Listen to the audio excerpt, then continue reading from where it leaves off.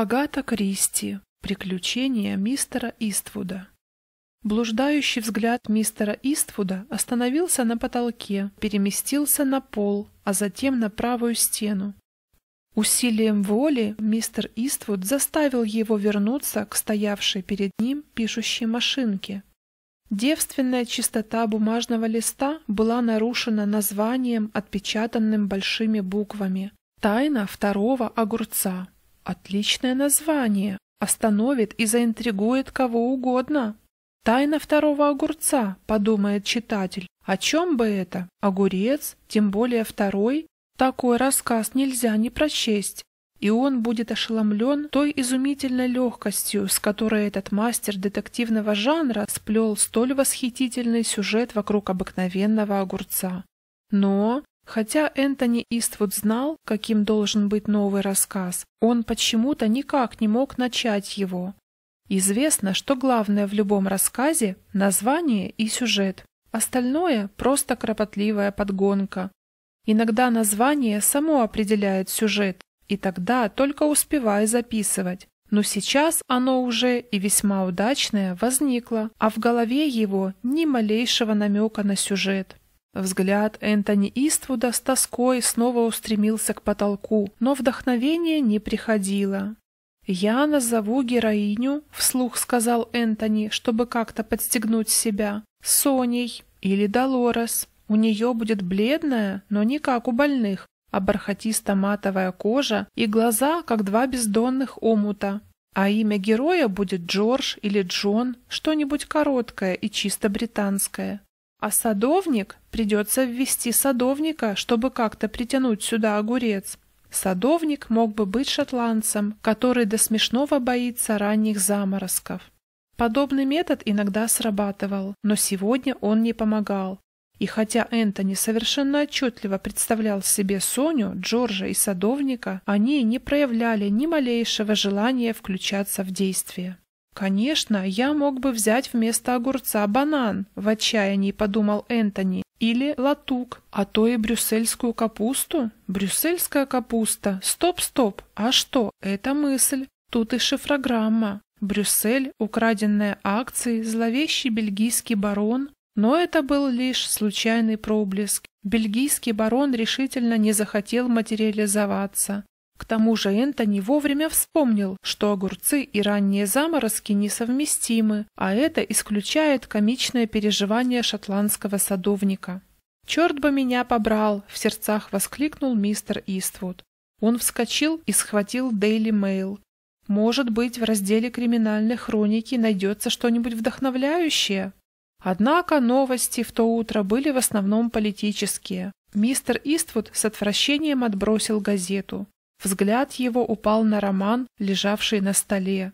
Закрыв глаза, он ткнул пальцем в одну из его страниц. Слово, указанное самой судьбой, было «овцы». И сразу же воображение услужливо развернуло перед ним долгожданный сюжет во всех подробностях. Хорошенькая девушка, возлюбленный убит на войне, ее разум слегка помутился, присматривает за овцами в горах Шотландии.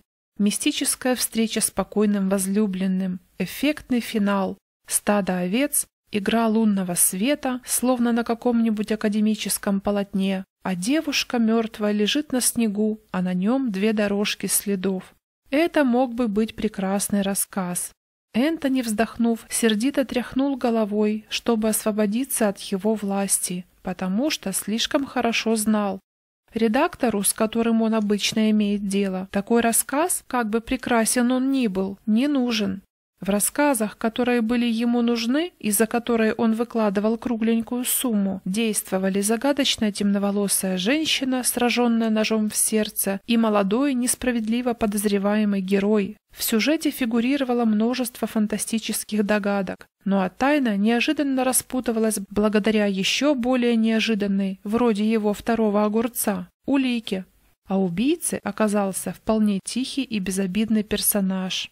Хотя, размышлял Энтони 10-1, что редактор даст рассказу совсем другое название, что-нибудь этакое с душком, ну, например, «Самое мерзкое убийство».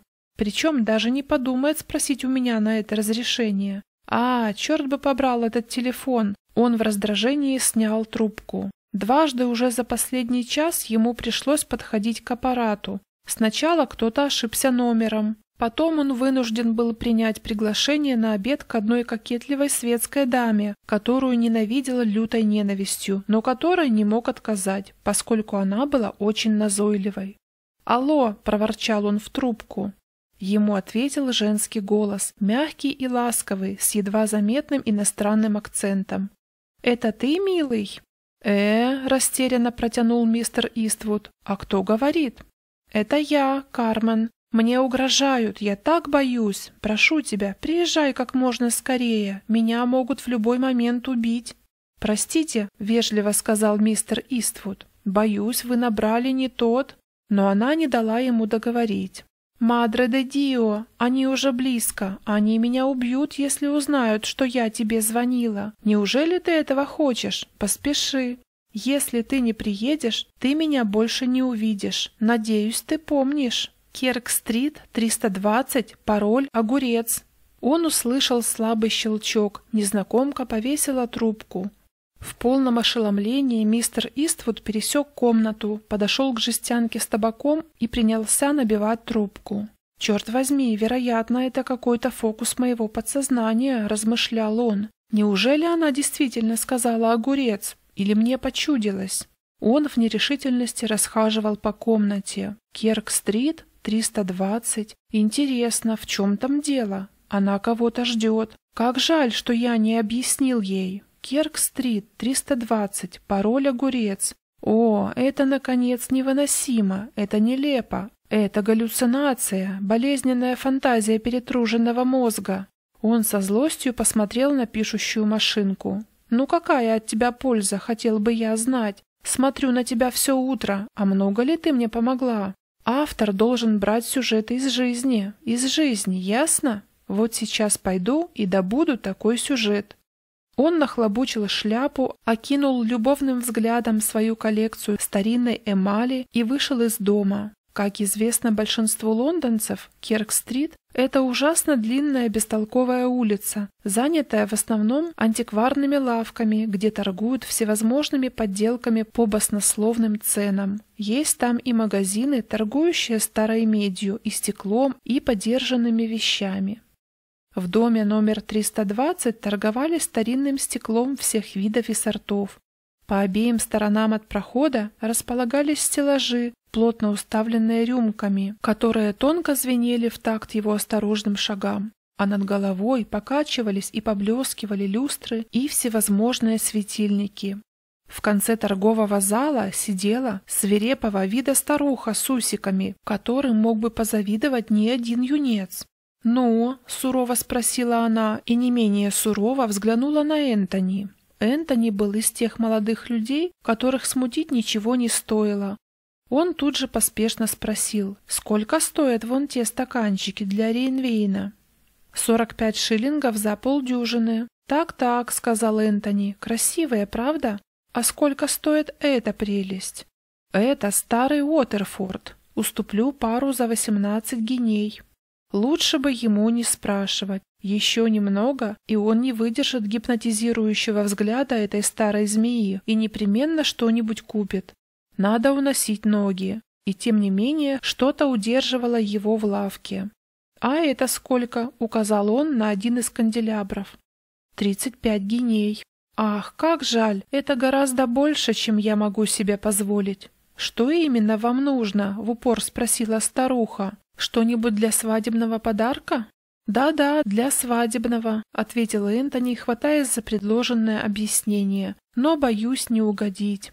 «Ах, вот оно что!» — сказала старуха, поднимаясь с решительным видом. «Думаю, что старинные вещицы понравятся кому угодно. У меня есть 2 графинчика и прекрасный маленький набор для ликера. Чем не подарок для невесты?» У старой леди была железная хватка. Целых 10 минут Энтони пришлось пялиться, испытывая невыразимые муки. Всевозможные склянки, бутылки, штофы. В конце концов, он совершенно изнемог и готов был сдаться. «Прекрасно, прекрасно», — неуверенно сказал он, возвращая бокал, который она расхваливала, и вдруг спохватился. «Послушайте, а от вас можно позвонить?» «Нет, нельзя. На почте. Она напротив, автомат». «Ну так что вы берете, бокал или эти чудесные старые фужеры?» Увы, как все мужчины, Энтони совершенно не умел найти в товаре несуществующий изъян и гордо удалиться. «Нет, я лучше возьму набор для ликера», — уныло пробормотал он. Это все-таки было лучше, чем канделябр, который ему, того и гляди, навяжут. Проклиная свою нерешительность, он уплатил за покупку. И тут, когда старуха уже упаковывала маленькие бокальчики, смелость неожиданно вернулась к нему. Ну, подумает, что он малый со странностями. И что? «Огурец!» — отчетливо и громко произнес он. Старая корга оторвалась от своего занятия. «Что вы сказали?» «Ничего», — солгал Энтони. «Вы как будто сказали огурец?» «Так оно и есть», — дерзко ответил Энтони. «Ну и дела», — проворчала старуха. «Что ж вы раньше-то молчали? Столько времени у меня отняли. Ступайте вон в ту дверь и вверх по лестнице. Она вас ждет». Как во сне Энтони прошел в указанную дверь и поднялся по грязным выщербленным ступеням. Наверху оказалась крошечная гостиная. На стуле, потупив взгляд, сидела девушка. И какая девушка! У нее была та бархатисто-матовая кожа, которую Энтони так любил упоминать в своих рассказах. А какие глаза! В них можно было утонуть. Не англичанка, сразу видно. Есть в ней что-то такое нездешнее. Это чувствуется даже в покрое платья. Элегантная простота. Энтони смущенно топтался на пороге. Нужно было, вероятно, что-то сказать, но тут девушка с восторженным криком вскочила и, раскрыв объятия, бросилась к нему. «Пришел!» — воскликнула она. «Ты все-таки пришел! О, хвала всем святым! Спасибо тебе, Пресвятая Мадонна!» Энтони, который в таких делах был мало и не промах, пылко ее обнял. После долгого поцелуя она, чуть отстранившись, с очаровательной робостью заглянула ему в глаза. «Я бы ни за что тебя не узнала», — сказала она. «Честное слово». «В самом деле?» — млея спросил Энтони. «Да, даже глаза у тебя совсем другие, и вообще ты гораздо красивее, чем я думала». «Да?» А про себя добавил: «Спокойно, мой мальчик, спокойно. Все складывается просто чудесно, но не теряй головы. Можно мне поцеловать тебя еще?» «Конечно, можно», — с чувством сказал Энтони, — «сколько хочешь». «Интересно, кто же я, черт возьми, такой?» — подумал Энтони. «Надеюсь, что тот, за кого она меня принимает, не придет. А она прелесть, прелесть, какие глаза!» Вдруг красавица отстранилась от него, и ужас отразился на ее лице. «За тобой никто сюда не шел?» «Нет». «Да чего же они хитры? Ты их еще не знаешь. Борис — сущий изверг. Скоро я с ним рассчитаюсь за тебя. Ты лев, ты настоящий лев, а они, канальи, все до единого. Слушай, она у меня. Они бы меня убили, если бы что-нибудь пронюхали. Я с ума сходила, я не знала, что делать, и тут вдруг вспомнила о тебе. Тише, что это?» Снизу из лавки донеслись какие-то звуки. Сделав ему знак оставаться на месте, она на цыпочках вышла на лестницу и тут же вернулась с побелевшим лицом. «Мадре де Дио, это полиция. Они поднимаются сюда. У тебя нож, револьвер? Что? Неужели ты думаешь, я убью полицейского? Ну ты сумасшедший, сумасшедший. Они же заберут тебя, а потом повесят». «Они что?» — спросил мистер Иствуд, ощущая на спине неприятный холодок. Шаги раздались совсем близко. «Они идут», — прошептала девушка. «Все отрицай, в этом единственное спасение». «Это будет совсем нетрудно», — пробормотал мистер Иствуд тихим голосом. В комнату вошли двое в штатском, но выправка сразу их выдавала. Тот, что был ниже ростом, темноволосый крепыш, заговорил первым. «Конрад Флекман, вы арестованы за убийство Анны Розенберг. Все, что вы скажете, может быть использовано против вас. Вот ордер на арест, и будет лучше, если вы не станете сопротивляться». Приглушенный крик сорвался с губ девушки. Энтони со спокойной улыбкой шагнул вперед. «Вы ошибаетесь, сержант», — вежливо сказал он. «Меня зовут Энтони Иствуд. Его заявление не произвело на вошедших ровно никакого впечатления. «Там разберемся», — сказал второй, — «а пока вам придется пройти с нами». «Конрад!» — воскликнула девушка. «Конрад, не соглашайся!» Энтони взглянул на детективов. «Надеюсь, вы позволите мне проститься с этой молодой леди?» С неожиданной для него деликатностью оба мужчины отошли к двери. Энтони увлек девушку в угол у окна и приглушенным голосом стал быстро-быстро говорить. «Слушай меня внимательно. То, что я сказал, правда. Я действительно не Конрад Флэкман. Ты звонила не по тому номеру. Меня зовут Энтони Иствуд. Но ты позвала меня, и я пришел, потому что не мог не прийти». Она недоверчиво смотрела на него. «Вы не Конрад Флэкман?» «Нет». «О!» — воскликнула она в глубоком отчаянии. «А я вас целовала!» «Ничего страшного», — успокоил ее мистер Иствуд. «У ранних христиан это было принято. Хороший, по-моему, обычай. Теперь послушайте, я отвлеку их внимание. Они скоро убедятся, что взяли не того. Вас они пока что трогать не будут, и вы сможете предупредить вашего бесценного Конрада, после чего...» «Я слушаю. Мой телефон северо-запад 1743, но удостоверьтесь, что вас правильно соединили». Она одарила его очаровательной улыбкой сквозь слезы. «Я не забуду, правда, не забуду». «Тогда все в порядке. До свидания. Только...» «Да? Я только что упоминала обычаи ранних христиан. На прощание они тоже». Она обвела руками его шею, и губы ее коснулись его губ. «Вы мне и в самом деле нравитесь. Помните это, что бы потом ни случилось. Обещаете?» Энтони неохотно высвободился из ее объятий и направился к полицейским. «Теперь я готов. Надеюсь, вы не собираетесь задерживать молодую леди?» «Нет, сэр, можете не беспокоиться», — вежливо ответил тот, что пониже. «Приличные ребята эти парни из Скотланд-Ярда», — подумал Энтони, следуя за ними по узкой лестнице. Старухи в лавке видно не было, и Энтони решил, что она притаилась за дверью, наблюдая за происходящим. Оказавшись на улице, Энтони глубоко вздохнул и обратился к низенькому. «Ну что ж, инспектор, вы ведь инспектор, я полагаю?» «Да, сэр, инспектор Веррелл, а это сержант Картер». «Так вот, инспектор Веррелл, пора объясниться на чистоту. Я не Конрад, как там его. Меня зовут, я уже говорил, Энтони Иствуд, я писатель. Если вы доставите меня домой, я полагаю, что смогу доказать, кто я такой». Уверенное спокойствие Энтони как будто произвело на детектива впечатление. Впервые на лице Веррелла мелькнуло некое сомнение. Картера, похоже, убедить будет труднее. «Вполне возможно», — усмехнулся он. «Но ведь девушка, как вы помните, называла вас все-таки Конрадом?» Но тут совсем другое. Готов признаться, что по причине, сугубо личной, я выдавал себя перед нею за Конрада. Личные мотивы, понимаете?»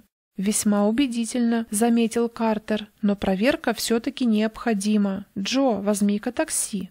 Уже в салоне такси Энтони предпринял последнюю попытку убедить Веррелла, который, похоже, был более покладист.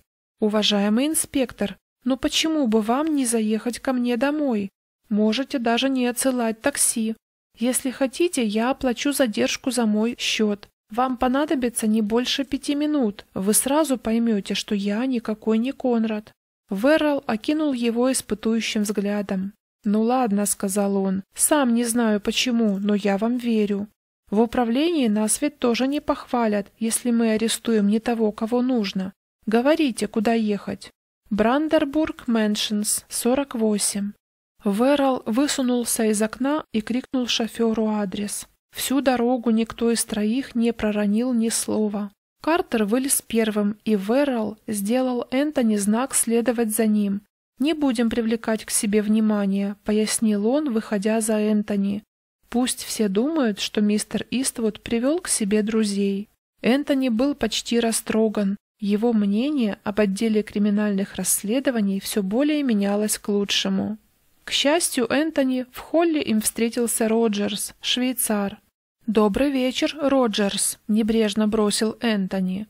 «Добрый вечер, мистер Иствуд», — уважительно ответил Роджерс. Он симпатизировал Энтони, поскольку тот, в отличие от других жильцов, был дружелюбен со слугами. Поставив ногу на нижнюю ступеньку, Энтони на миг остановился. «Кстати, Роджерс», — также небрежно продолжил он, — «сколько я уже здесь живу? Мы только что спорили об этом с моими друзьями». «Дайте подумать, сэр. Да уж, скоро будет 4 года». «А я что говорил?» Энтони бросил на детективов победный взгляд. Картер что-то проворчал, а Веррелл широко улыбнулся. «Замечательно, но этого все-таки недостаточно, сэр», — сказал он. «Мы поднимемся наверх». Энтони достал ключ и открыл дверь квартиры. К счастью, Симарка, его слуги, дома не было. Чем меньше свидетелей этого недоразумения, тем лучше. Пишущая машинка стояла на прежнем месте. Картер тут же подошел к столу и прочитал то, что было напечатано на листке. «Тайна второго огурца?» — мрачно спросил он. «Да, это мой новый рассказ», — небрежно отозвался Энтони. «Еще одно доказательство в вашу пользу, сэр», — одобрительно сказал Веррелл, кивая. В его глазах загорелся огонек. «Кстати, сэр, о чем он? В чем тайна второго огурца?» «В том, что вы меня задерживаете», — сказал Энтони. «Этот второй огурец и есть причина сегодняшнего недоразумения». Картер испытующе посмотрел на него, покачал головой и многозначительно постучал себя по лбу. «Совсем спятил несчастный», — пробормотал он как бы про себя, однако так, чтобы Энтони мог услышать. «Ну, джентльмены», — бойко сказал мистер Иствуд, — «к делу. Вот письма, вот моя чековая книжка, вот записки от редакторов. Чего вам еще нужно?» Веррелл внимательно все просмотрел. «Лично я, сэр, — почтительно сказал он, — вполне удовлетворен, я вам верю. Но вот отпустить вас выше моих полномочий. То, что вы проживаете здесь уже несколько лет, как мистер Иствуд, еще ничего не доказывает. Теоретически вполне возможно, что мистер Энтони Иствуд и Конрад Флэкман одно и то же лицо. Мне все-таки придется произвести тщательный обыск в квартире, снять у вас отпечатки пальцев и позвонить в управление». «Программа, что и говорить, обширная», — сказал Энтони. «Ну что ж, ищите. Уверяю вас, у меня от вас нет секретов». Инспектор улыбнулся. Для детектива он был, пожалуй, даже уж слишком добродушен. «Не пройдете ли вы с Картером вон в ту комнатку, пока я тут займусь делом?» «Хорошо», — неохотно согласился Энтони. «А наоборот нельзя? То есть, чтобы мы с вами, прихватив с собой по стакану виски с содовой, расположились в той комнате, а ваш друг-сержант занялся бы здесь поисками». «Как вам угодно, сэр». «Да, я предпочел бы именно этот вариант». Они оставили Картера, принявшегося азартно копаться в письменном столе. Выходя, Энтони слышал, как тот позвонил и просил соединить со Скотланд-Ярдом. «Не так уж все плохо», — сказал он, ставя на стол стаканы с виски и устраиваясь в кресле. «Хотите, выпью первым, чтобы показать вам, что виски не отравлено?» Инспектор улыбнулся. «Ну зачем же так?» — сказал он. «Дело, конечно, путанное, хотя кое-что мы, профессионалы, можем определить сходу. Я сразу понял, что вы не тот человек, но приходится соблюдать формальности. От бюрократов ведь никуда не денешься, согласны?» «Пожалуй, да», — с сожалением сказал Энтони. «Хотя сержант, похоже, настроен довольно воинственно. Или я ошибаюсь?» «Ну что вы, наш сержант-детектив Картер — прекрасный человек. Но провести его не так-то просто. Я это заметил. Между прочим, инспектор, пора бы, мне кажется, услышать что-нибудь и о себе самом». «В каком смысле, сэр? Неужели вы не понимаете, что я сгораю от любопытства? Кто эта Анна Розенберг и почему я ее убил? Об этом вы все прочтете завтра в газетах, сэр. Завтра я буду самим собой с вчерашней 1000 лет», процитировал Энтони по памяти. «Я думаю, инспектор, вы и сейчас могли бы мне кое-что сообщить. Я понимаю, вам не положено откровенничать, но все-таки...» «История, сэр, совершенно из ряда вон. Тем более, дорогой инспектор, ведь мы с вами уже почти друзья, не так ли?» «Так вот, сэр, Анна Розенберг по происхождению немецкая еврейка и жила в Хэмпстеде. Без каких бы то ни было средств к существованию, она год от года становилась все богаче. «А я как раз наоборот», — признался Энтони. «У меня хоть и есть кое-какие средства к существованию, год от года становлюсь все беднее. Возможно, мне стоило бы поселиться в Хэмпстеде. Говорят, тамошний воздух очень бодрит и укрепляет нервную систему». «Одно время, — продолжал Веррелл, — она торговала подержанной одеждой». «Тогда все понятно», — прервал его Энтони. «Я помню, как после войны продавал свою военную форму. Не хаки, другую. По всей квартире были разложены красные рейтузы и золотые галуны. Картина была впечатляющая. И вот в Роллс-Ройсе в комплекте с фактотумом и чемоданом прибывает какой-то толстяк в клетчатом костюме и предлагает мне за все про все 1 фунт и 10 шиллингов. В конце концов, мне пришлось предложить ему в придачу охотничью куртку и цейсовский бинокль, чтобы получить хотя бы 2 фунта, и только тогда фактотум открыл чемодан и затолкал в него мои пожитки, а толстяк протянул мне 10-фунтовую бумажку и попросил сдачи.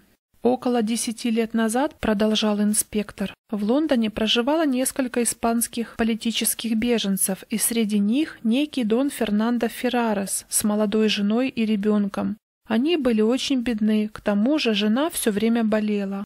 Анна Розенберг побывала у них в доме и спросила, нет ли чего на продажу. Дон Фернандо как раз отсутствовал, и его жена решилась расстаться с удивительно искусно расшитой испанской шалью. Муж подарил ей ее незадолго до бегства из Испании. Узнав, что шаль продана, Дон Фернандо просто рассвирепел и долго, но тщетно пытался вернуть ее.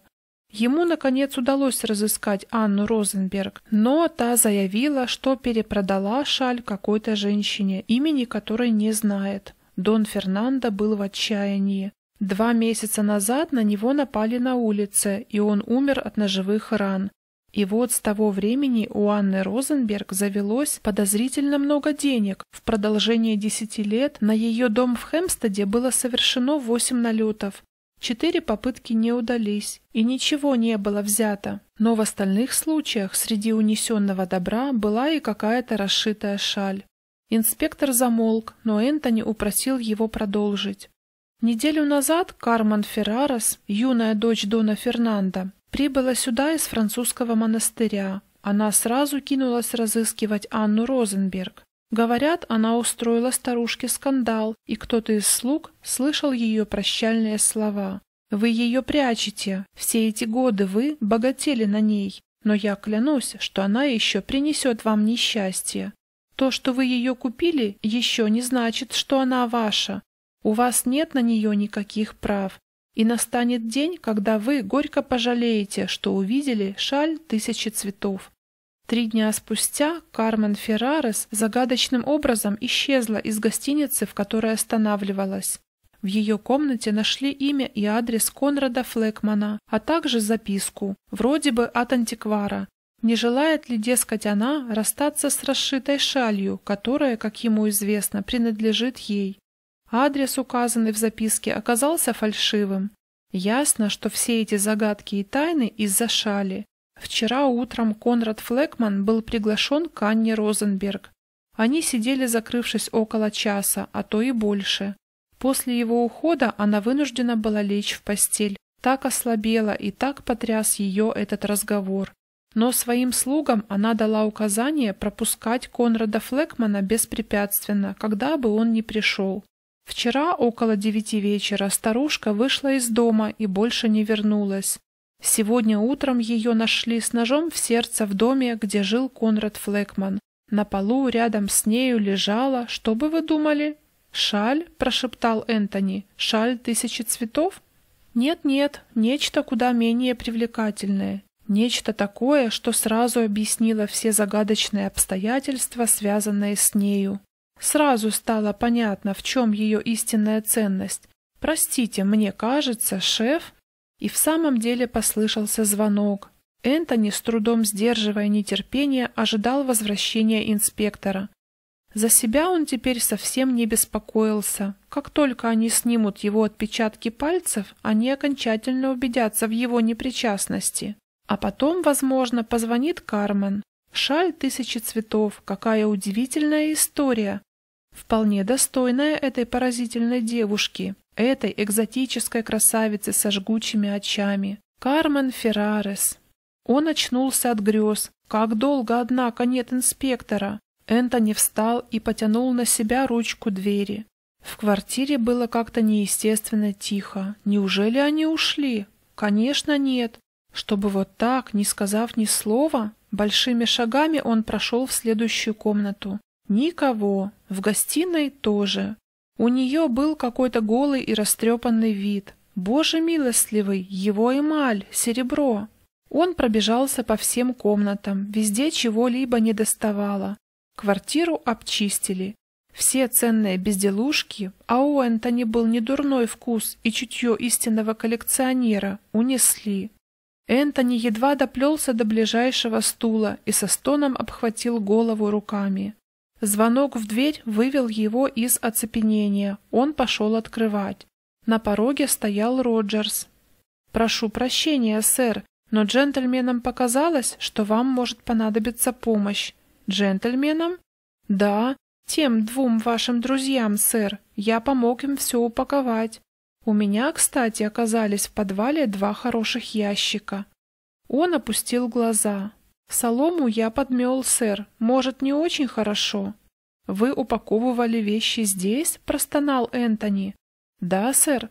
Разве вы не велели это сделать? Высокий джентльмен попросил меня заняться этим. А поскольку вы говорили с другим джентльменом в дальней комнате, я не посмел вас беспокоить».